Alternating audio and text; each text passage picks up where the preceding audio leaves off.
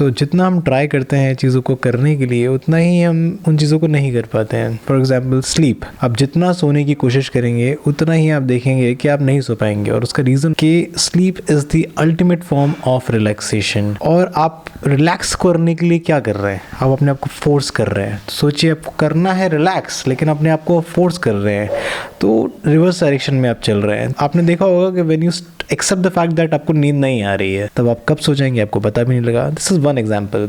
Another was about attraction. लोग एक दूसरे को पसंद करते हैं। If you are attracted to a person and you just try कि भैया मैं उसको इम्प्रेस कर ही लूँ, उतना ही आप देखते हैं कि वो पर्सन आपसे दूर चला जाता है। At the same time if you stop chasing that person तब आप इल्यूसिव बन जाते हो, तब आपको ढूंढना मुश्किल है। दूसरे पर्सन को आपको आप में इंटरेस्ट आने लग जाता है तो आपकी सिचुएशन इंप्रूव होने का फिर भी एक चांस है। लेकिन अगर आप प्रीवियस पहला तरीका अपनाते रहेंगे तो कोई भी चांस नहीं है। कभी कभार ना चीज़ों को ऐसे ही छोड़ देना चाहिए। इनफैक्ट उल्टा ये होता है कि कई सारे एग्जाम्पल तो जैसे कि मैंने आपको स्लीप का बताया, अट्रैक्शन का बताया, कि जितना आप ट्राई करोगे उस चीज़ को करने के लिए उतना ही वो चीज़ें आप नहीं कर पाओगे।